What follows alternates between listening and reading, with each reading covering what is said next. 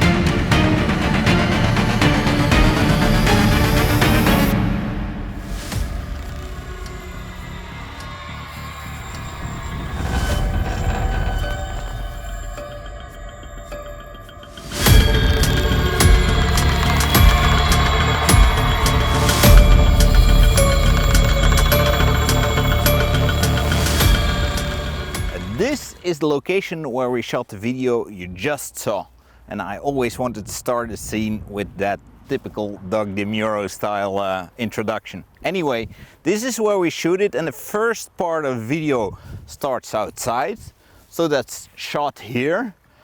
The lighting is from the back, so there are a few Fresnel DayLED 2000s on the back of this glass house that shine through it and over it, and a smoke machine to give the whole atmosphere, and some soft lighting here. And then we enter, as you saw.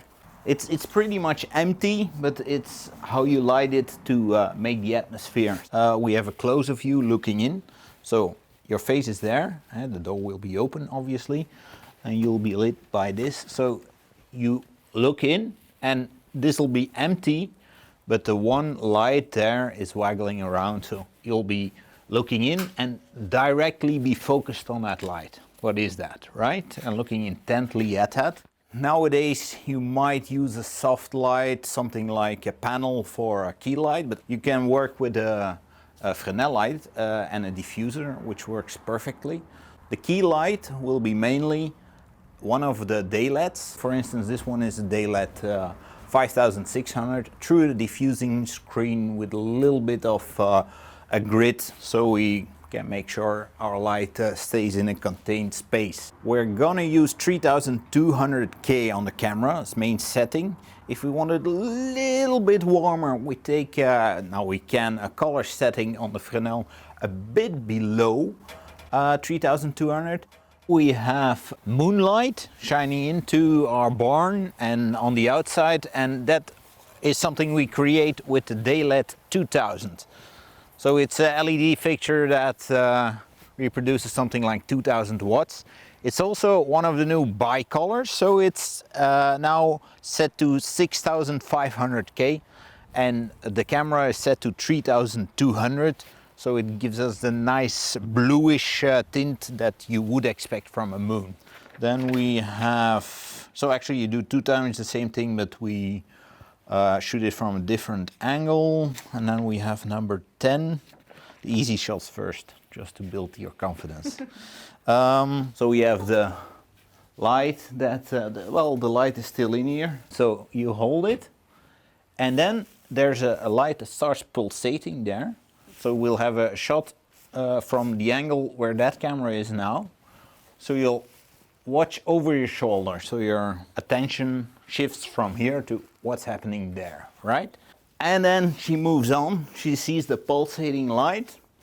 Actually it's a few long slider shots instead of dollies. That was a bit easier than, as you can see, the ground here is not very level and not very stable. So setting up a dolly here would be really too much work. This door will be closed, so you will be following it, and you see through this glass just a pulsating light, and you wait a little bit, and then it stops.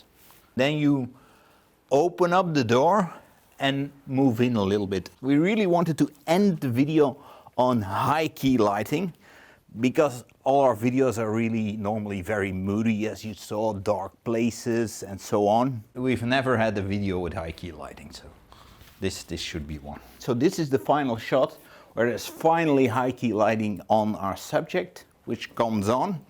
And we shot that here with one DayLED Fresnel 1000 there, through this diffuser, and just this, there's no real fill. This bouncer did all the work, and we placed the backlight there, obviously to make it all very balanced. And so we came to the video. The new construction of the barn doors. So the new construction of the barn door, what the